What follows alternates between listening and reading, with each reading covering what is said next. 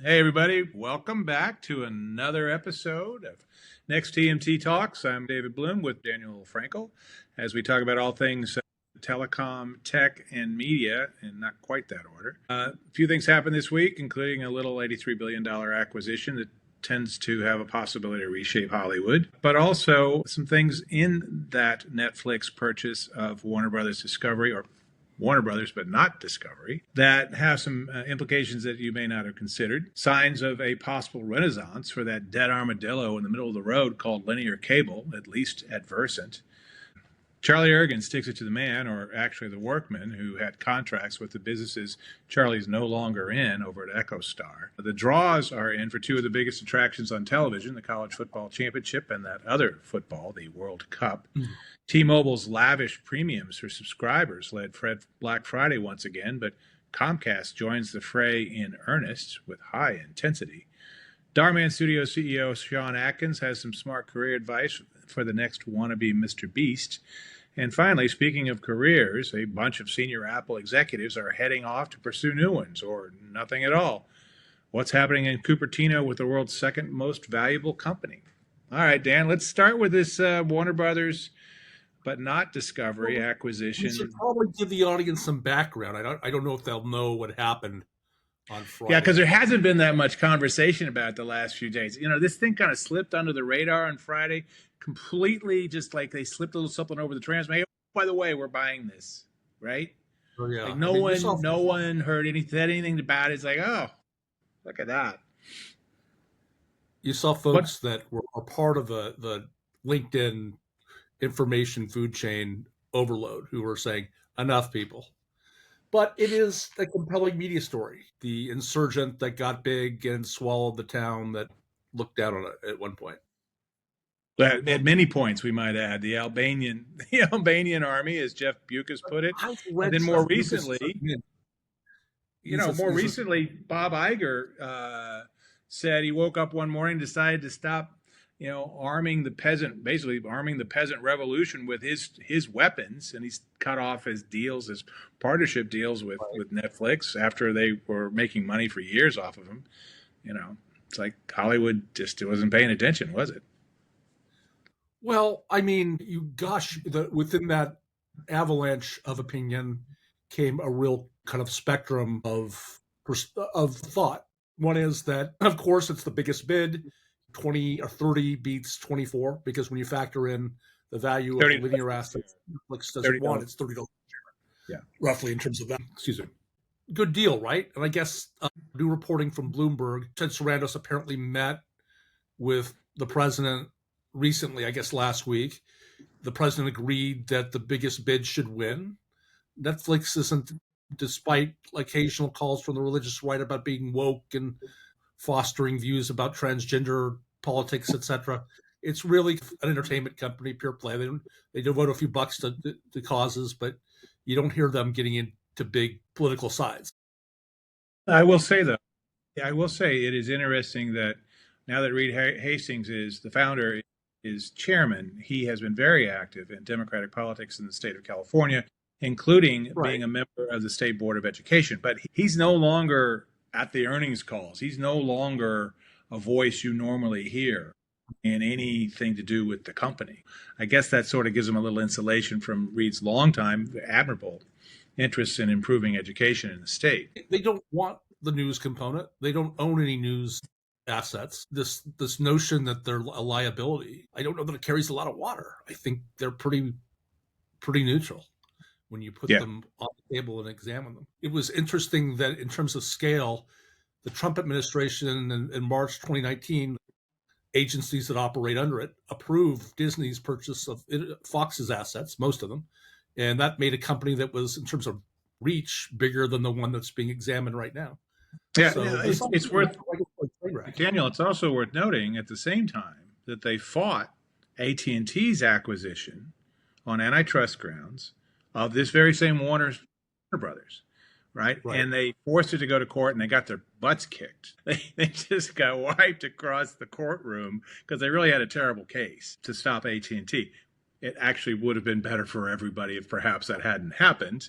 The first of multiple value, as you put it, value-destroying deals involving Warner Brothers. But here we go again. Maybe a conversation happens, and this is just speculation. You don't hear this much around this topic, but maybe Ellison wants CNN. He can still have it. Netflix doesn't want it. It's out there. It'll be out there. But I think the timing, if I recall, is go ahead and do your split, Warner Brothers Discovery. Spin off Discovery Global, as they're now calling it. Put Gunnar in charge, Gunnar Wiedenfels in charge, and let him go charging off into the sunset. And Larry can buy it for $38.12 and merge it with CBS News, and everybody will be right-wing happy, I guess.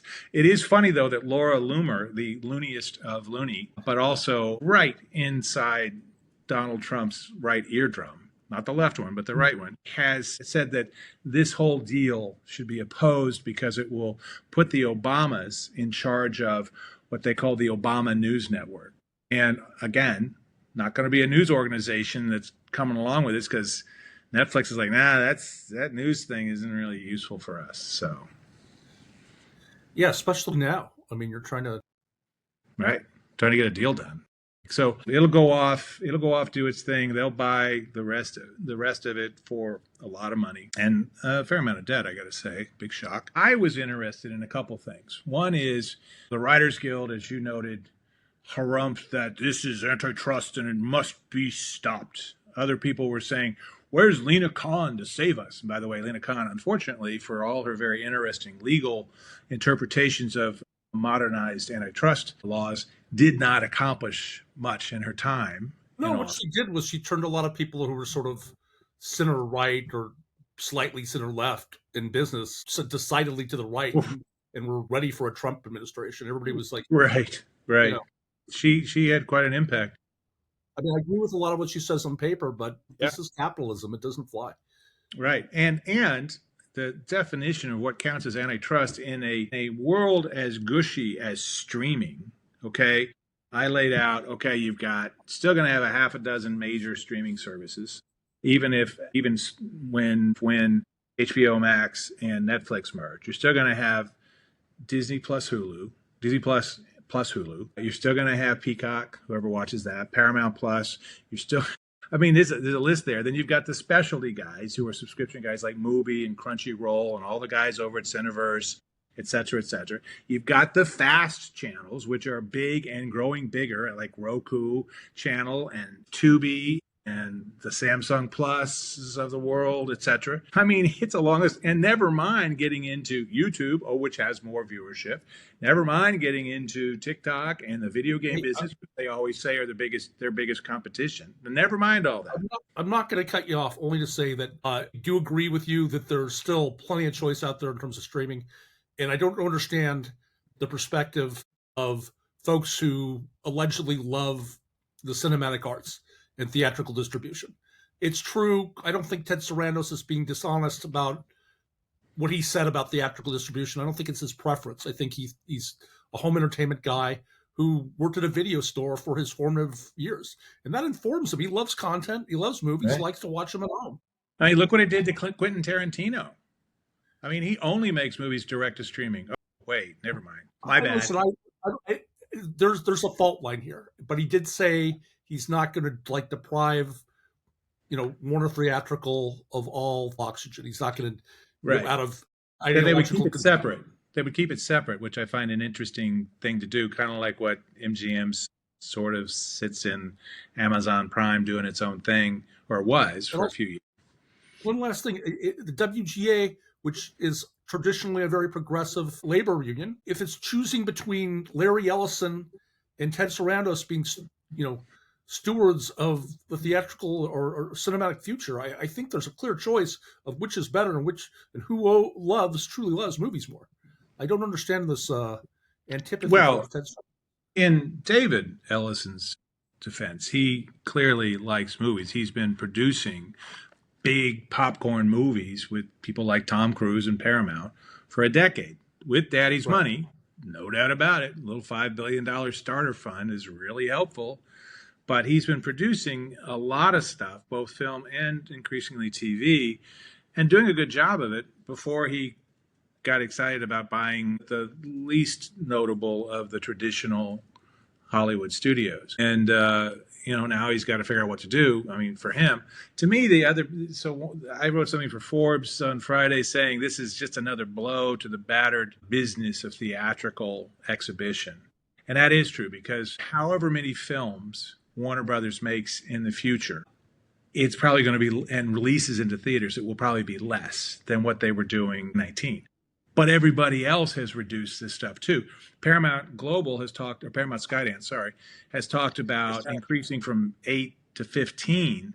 But if they bought Warner Brothers, would they go like to 30 films released a year, which would be kind of like everything Warner Brothers puts out plus everything Paramount Skydance puts out? I don't think so. I think we would have fewer films coming out, and that's the problem for the theaters. They can't get enough product for a wide range of audiences to get a whole bunch of different kinds of people to come in. The big blockbusters are great. They show up on IMAX and the premium screens, and they puff up those box office returns, but there's nothing in the middle. That goes straight to streaming. And then there's the little art house darlings, which are all awards contenders and make sometimes some really nice money, but a lot of times it's a $2 million budget. It's done for love and maybe a piece of the back end if it ever shows up. But you're not going to fill out your 15 screen megaplex with that stuff and get people in the door. It's just not what it's for. So they got a problem. I mean, is there a narrative that says that an industry that's a little bit, as you say, ossified, that slow to change, slow to recognize competitive threats, gets kind of outcompeted, outdone by a superior competitor who manages to get rid of its kind of old ways of doing business, heavy back end, exorbitant salaries, a lot of sort of luxury living, and increases the margin and creates spectacular cash flow and comes down and buys everything. It just seems like the way it works. I live here. Right. It's like read Adam Smith and get back to me. I mean, he was right 200 or 300, well, was it 250 years ago in 1776, two big things happened: the Declaration of Independence in this country and the publication of The Wealth of Nations by Adam Smith, out of which our whole understanding of capitalism first began to be quantified. So, this is, as you say, pretty much capitalism, and not particularly abusive capitalism, but there's a lot of fear on top of all the unemployed people who can't find a gig in Los Angeles, and they have to go to, Atlanta, or the new Netflix facilities that just closed. They just closed a deal. The same day they announced this deal, they closed the purchase of the former Fort Monmouth in New Jersey, which will be their East Coast production hub. One of the things I speculated about is, does all this acquisition of Warner Brothers change or accelerate Netflix's very tentative moves into location-based entertainment? So they have a couple of Netflix houses and in Philadelphia and Dallas, and they've got this themed Netflix restaurant in Las Vegas, and they're going to open another Netflix house in Vegas, of course. And those are experiences in Vegas, also over at Area 15, which is this really cool collection of next generation experiences. They've moved what was a traveling sort of experience, killing zombies. It's totally cool. Totally endorse it. From their Army of the Dead franchise by Zack Snyder, as one of the attractions over at Area 15. You can see more of those coming. Challenge of branding. What I did like about Netflix embarking on some of these endeavors that you talk about is that, like, you look at the brand, like Stranger Things and all the intellectual property that they've established, and it's all modern, new, and it's sort of like, okay, my kids in their generation have their own shit, which is great. They're not like kind of choking on Marvin the Martian and Bugs Bunny trying to make fetch happen with, or even Star Wars, for God's sakes, and Marvel, which have been kind of played out, as we've seen. I mean, they're not getting the crowds they were getting because people are kind of like, okay, give me a break from there for a while. One of the things, I think it was Laura Martin a few months ago, said why they shouldn't buy, why Paramount Skydance should not buy Warner Brothers, because he said just buying more old IP doesn't fix your competition problem. Yes, you have more old IP, but you need to figure out how to develop new IP that's compelling. And if you're just rehashing DC Superman movies again and again and again, there's some limits on all that. And it makes sense to me. Netflix, I think, will be able, and you mentioned this, and I think it's spot on. All that stuff Forget Friends sitting over there. Yes, even you. Forget Friends sitting in the banks over there. What are they going to do with the next 17 shows from the 1990s that Warner Brothers made? And it's probably way more than 17. They're a pretty productive studio that they're now going to cycle through on Netflix. And all of a sudden, it's a hit with your kids, right? Your boys are like, "Oh, this is a great show. Is this new? Oh no, they have fax machines. It can't be that new. They have landlines. We know it's not new." You give them a recognizable star, and even if it's 20 years old, like The Island was. This is a movie that came and went, had Ewan McGregor. It was about Ewan McGregor and Scarlett Johansson, and all-star cast otherwise. Steve Buscemi's in it. About this future where people are bred to supply organs for their genetic mommy or daddy, and when they become adults, they get harvested. They live on this like luxury island, and things are paradise. Tell it or not, and kind of a dark theme. It came and went. I think it made typical blockbuster movie that probably costs $200,000 to make, $200,000 to market under the old probably 200 million, not 200,000, but that's just a matter of some zeros that really aren't that important. Thank you for once again correcting my scale, but yeah, it didn't make money. You are the Dr. Evil of box office, brother. Well, I don't know what that's about. $1 million. It's like every time I want to check, it's like a high wire ride. Yeah.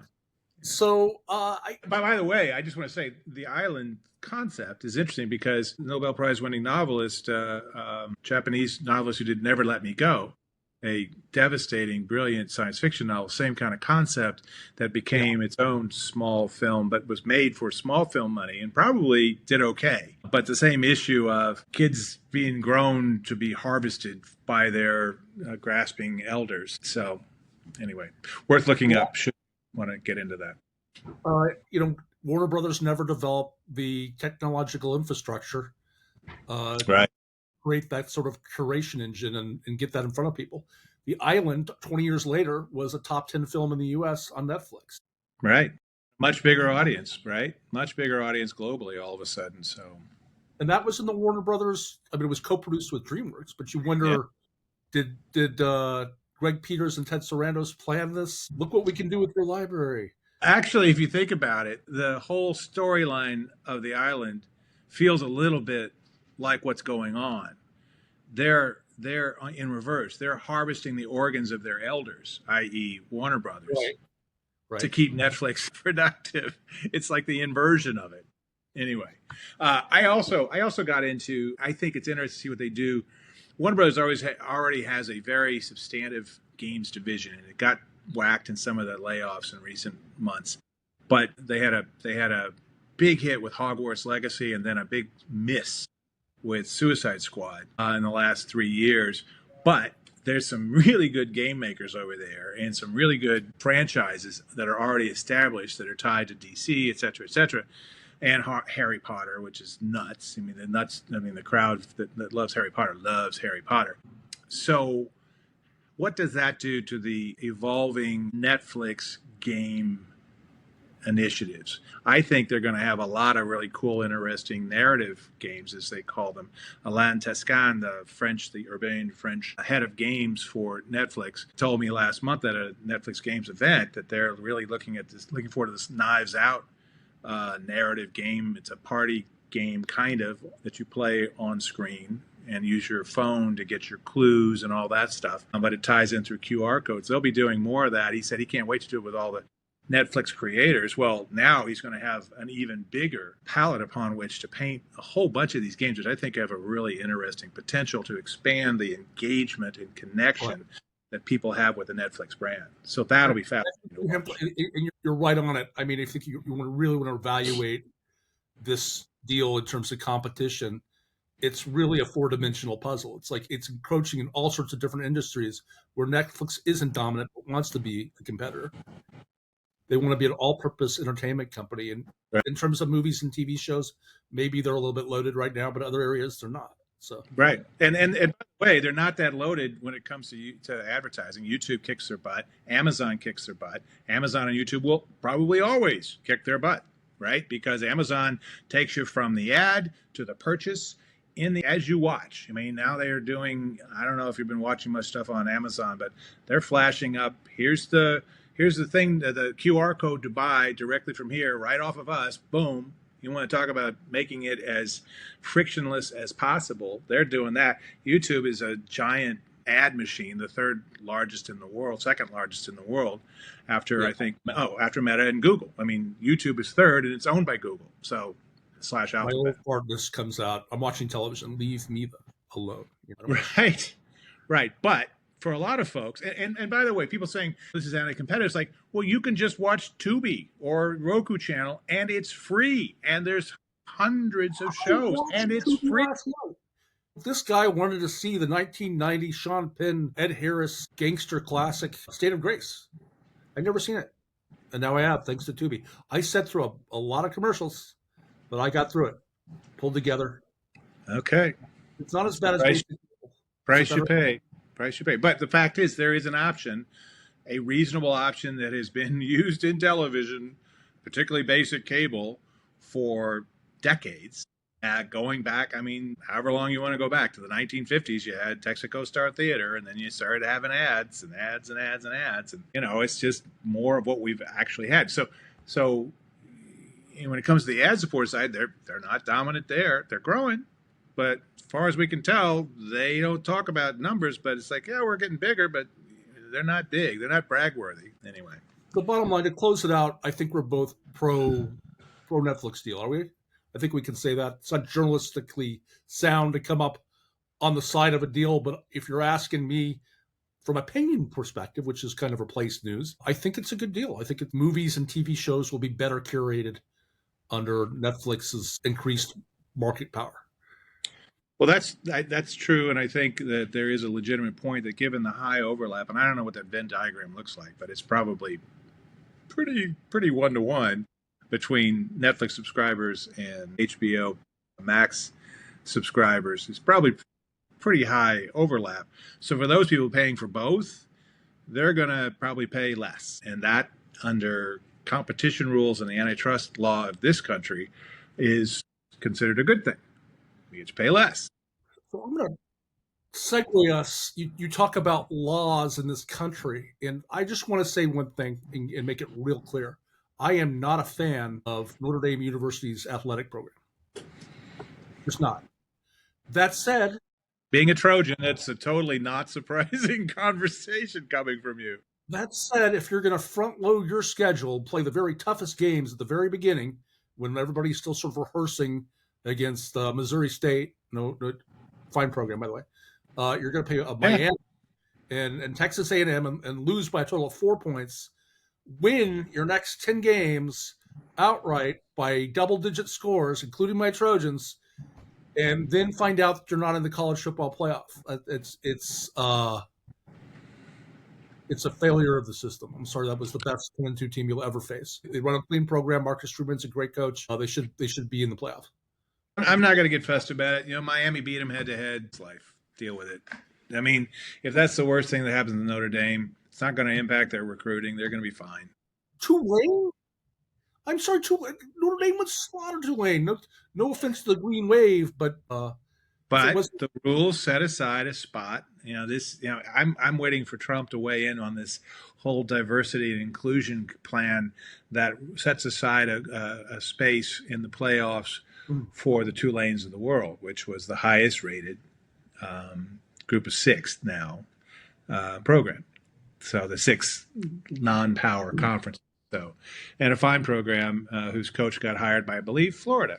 So I'm not going to get too You did write something about the college football playoff that relates to actual media. So I'll let you get into that. I'll just say one more thing. I'm around a lot of old guys like my brother who's much older than you are. He's much older. What's that? He's like your brother. He's much 2100 more days. He's like 7 years older. He's ancient. He's going to watch this. A little careful. So, but he laments the change, the loss of the Pac-12, the money that's involved, and there's some unfortunate aspects of it. But I watched that Indiana-Ohio State game, and brother, that was some fine college football played at the highest level. It's not, the game isn't what it was. It's dramatically changed, but that was a great television product.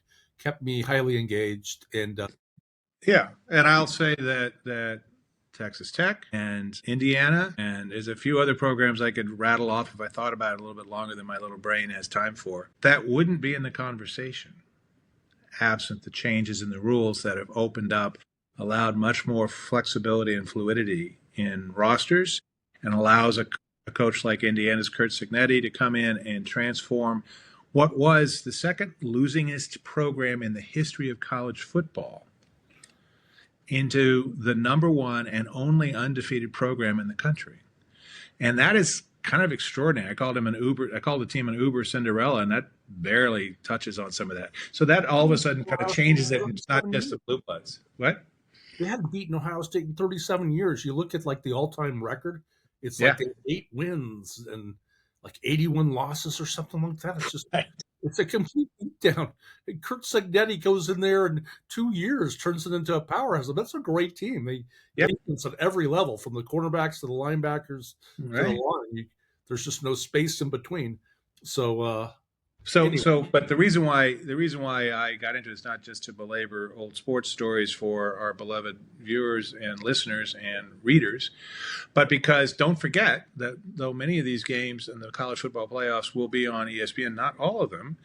Last year, after losing out to Amazon, ESPN, and NBC/Universal for the new NBA contract, Warner Brothers Discovery filed suit and basically extracted several things from places like ESPN, where not only does that the NBA show with Chuck and Kenny and Shaq and Ernie continue to run on ESPN, not on Warner Brothers, not on TNT, but they get some of the early round college football playoff games.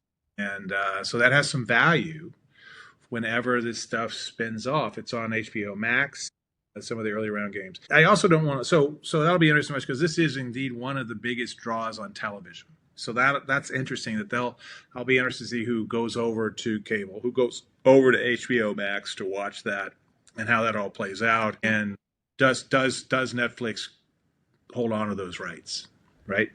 So I was listening to Mark Lazarus. This is sort of tangentially related. And Versant talking about... Is that how they pronounce it, Versant? Versant. Like they're from Versailles in France? Well, how would you pronounce it? Versant. Versant.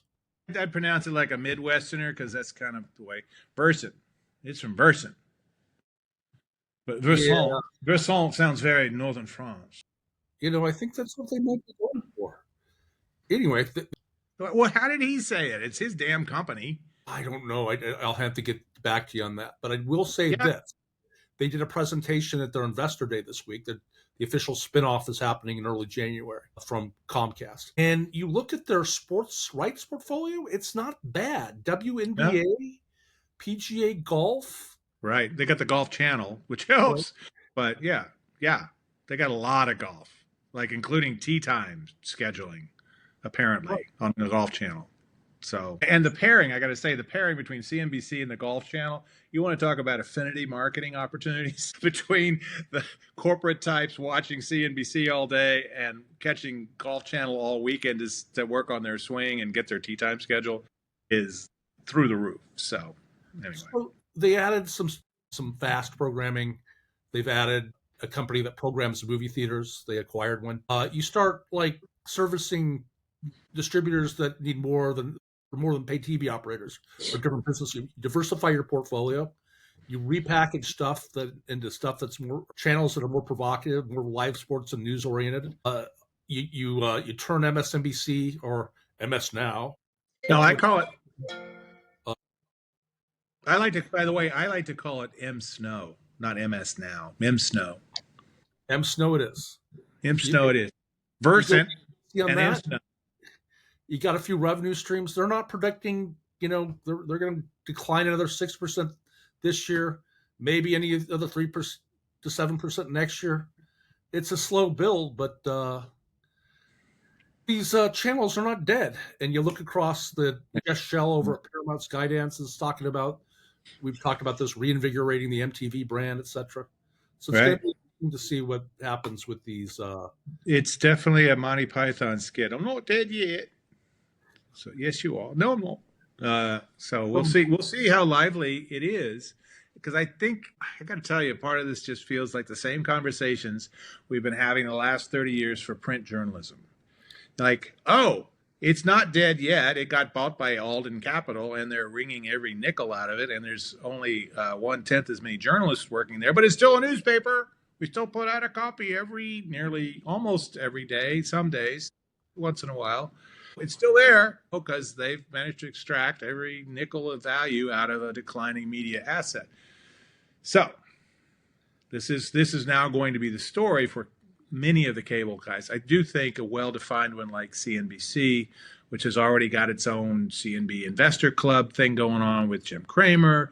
They now have a special, and this was way overdue, like a $20 a month streaming alternative for the live stream and related programming around it. They've got a crypto-focused whole sort of separate channel of conversations and interviews and things like that. I mean, they've done a lot of stuff that you would expect a business operation to do, but they're already there. I don't think they're going away anytime soon. Now, USA Network, NBA contract or not, I don't know. I'm not thinking so, but that's just me. What else we got? Our favorite FCC was back in the news last week. AT&T was the last wireless operator to still have diversity, equity, inclusion policies on its books. It does no more. It removed them, and subsequently the FCC approved its spectrum acquisition from the erstwhile U.S. Cellular. And yeah, this is like the reverse of Open Sesame. Close DEI, and boom, the door's open. Exactly. Shazam! Brendan Carr as not a big supposed to work this way. It's not supposed to work that way. But this is what I like more than anything. Charlie Ergen and EchoStar, they tried to build a wireless network as part of Sprint T-Mobile's deal. Yeah. They gave Dish a bunch of spectrum, and they say, hey, you be our fourth wireless network since we're going to cream some competition. And the Justice Department bought it. They embarked on a long, slow build of a 5G network. Emphasis on slow. Anyway, the FCC made them give up their spectrum to Elon Musk this year and AT&T, which we reported on it. It resulted in $40 billion going into EchoStar Dish's coffers. But now the contractors who are building that network say, hey, not for nothing, but how about we get paid? And Charlie Ergen is turning to them saying, force majeure, meaning an act of God, a weather event, a catastrophe happened. Specifically, Brendan Carr came in and made us pivot our business, and now we can't pay it. So what he really is saying is it's not an act of God, but an act of Carr. Guess you could. But Brendan probably thinks he is God. Close enough. Ballpark. Craig Moffat said, who knew that with $40 billion, I'm just paraphrasing, Charlie Ergen would still stiff his contractors. And I'm thinking, he learned from the best. I mean, isn't how the president operated his real estate business. You don't pay the he famously had dozens of suits from workers who were not getting paid. And no one seemed to care, but okay, whatever. Listen, business practices start from the top. If that's the way you operate, that's the way America operates. Yeah, he's not even practicing. He's just doing it. So anyway, speaking of MoffettNathanson, they put out a really fun little report. I enjoyed it, and I'm not usually the sort who enjoys telecom reports, unlike certain people on this conversation, who will go unnamed but much loved, looking at all the Black Friday premiums that were offered by the wireless carriers and the two newcomers, Comcast and Charter, to get subscribers either to stay with a new phone or to convert. And like Comcast is making a big push to keep their current subscribers, or actually Verizon making a big push to keep its current subscribers from leaving. So they're now giving phones away to their current subscribers as a retention strategy by their new CEO, because they don't want to lose market share to those, Visigoths over in the cable business who've made a pretty good sized dent with cheap costs. But even those guys are doing more, particularly Comcast. Charter's still kind of sitting on its hands, not really doing that much. But the T-Mobile deal was like, oh my God, if you get the top tier, you got not only an iPhone 17 Pro, which is the second from the top tier phone that they have, but you got an iPad and you got an iPhone Watch SE, which is the lower end SE. That's like nearly $2,000 worth of value, and some other little odds and ends, like some free months of service or something, free months of wireless service or something. I mean, crazy thing if you bought the big package. And but everybody was offering more again, except Charter, which I found fascinating. So Comcast is in this game to win it. They're increasing as I think Craig Moffat might have put it, well, Moffat-Nathanson put it, they're increasing the, quote, competitive intensity, unquote, which, okay, cool. So, wireless deals. I missed this. I caught the HBO. There were other things going on. It's really okay. I clearly had a weird hole in my schedule where my attention looked at something other than words that included Warner Brothers. It was inexcusable on my part. By the way, Moffat-Nathanson, Craig, Michael Nathanson, longtime former coverage of Warner Brothers and Netflix, put out a report just about 2 hours ago talking about his own thoughts about this deal. He called it a tale as old as time. A deeply personal end to what was once a great yet incredibly disappointing media conglomerate. Boy, does that ever cover it. I mean, how many different goofy ass assemblages of assets have been involved in and around Warner Brothers over the last 3 decades? I mean, it's really astonishing. So I haven't had time to even read through it because I was seeing friends across town and having really good sushi in a little hole in the wall in Highland Park. By the way, Ichikiku is fantastic on Highland. Ichikiku on Figueroa Boulevard, fantastic. Big shout out to them. And but in just skimming over it, there are people like Michael who followed this industry, like you and I, who followed this industry for a very long time. And you liked Warner Brothers a lot over the years. You interacted with them in lots of different ways. They made a lot of movies and TV shows you really enjoyed. And now it's going into this next phase, which is sort of post-Hollywood. I think this is the big inflection point of us moving into the post-Hollywood era. And I don't know if it's what he gets into, but it is the part that I'm going to talk about, I think, going forward. So, well, it'll be an interesting next 12 to 18 months to see where this goes. And, how low if Ellison's going to try to get it. Right. Absolutely. I do want to say, I did throw into the column this week some really smart advice for people who are not trying to get into Hollywood, but want to become the next Mr. Beast, i.e. a gigantic YouTube star who also is fabulously financially successful. Sean Atkins, who is the CEO of Dar Man Studios. You can't not roll the deals at this point. Yes. And used to work in several Hollywood outfits and stuff like that, said, don't do that. You're basically multiplying terrible odds times terrible odds to do both, superstar, entrepreneur, superstar, famous person online. But think about a lot of money goes to this sort of mid-range folks that are really well known in an identified niche. Maybe they have 100,000 followers following their plumbing or their piano teaching or their bicycle tips. They get to have a life, as he put it, 2 cars, a dog or a cat if you're not allergic, a vacation, a couple of weeks of vacation. You get to have a regular life. Have you watched Outdoor Boys on YouTube? I have not. It's this former lawyer in the outback of Alaska who just takes weekend trips with outrageous gear and more know-how on survival and camping than... Which he would do anyway, right? He's the kind of guy that would probably go do that anyway. So now... It's all self-shot. It's fantastic. You could just watch one episode after the other. It beats any cable reality show that you'll ever see. Or even less. Host. Yeah. But my son's turned me on to this. I mean, they've been watching it for over a year now. So cool. Well, I think you're going to have a whole lot of folks like that who are going to have a nice life. Basically, they're financing this guy's trips into the wilderness and his really great gear, Jones getting taken care of. But Sean Atkins' point was, hey, that's the place to shoot for. And you can have a real life as opposed to being on this grindhouse wheel of trying to pump out content at a high level to break through, to get big enough to get ad revenues, to get it's really terrible. Speaking of careers, quietly, the world's second wealthiest company, Apple, is just like it's having changes left and right in its leadership. The smoke signal suggests Tim Cook, who just turned 65, I believe, is going to step down as CEO in the next year or two and become chairman.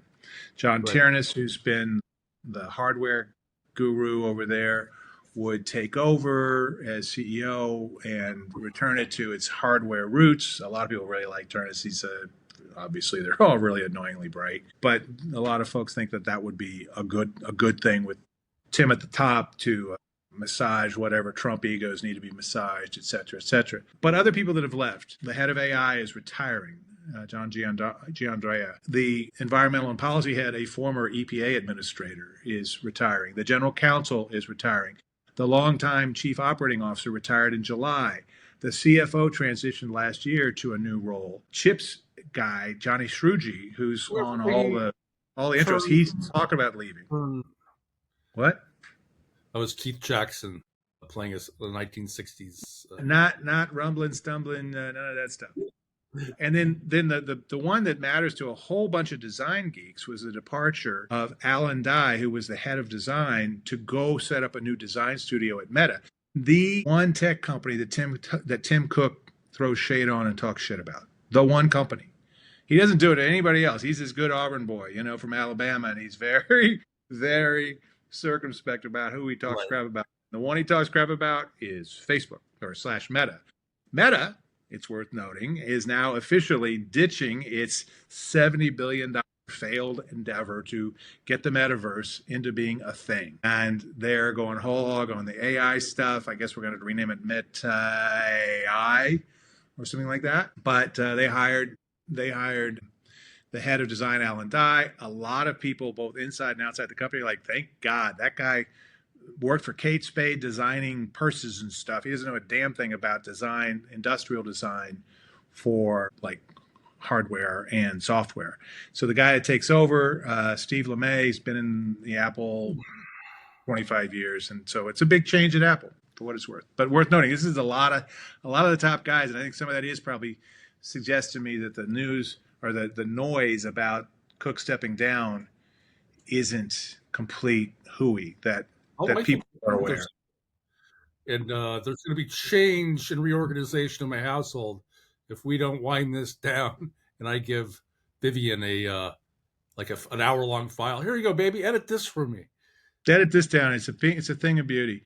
With that, we will wrap it up. Hey, this is David Bloom, co-founder of Next TMT, and this here podcast, audio and video podcast, Next TMT Talks, with my co-founder, Daniel Frankel.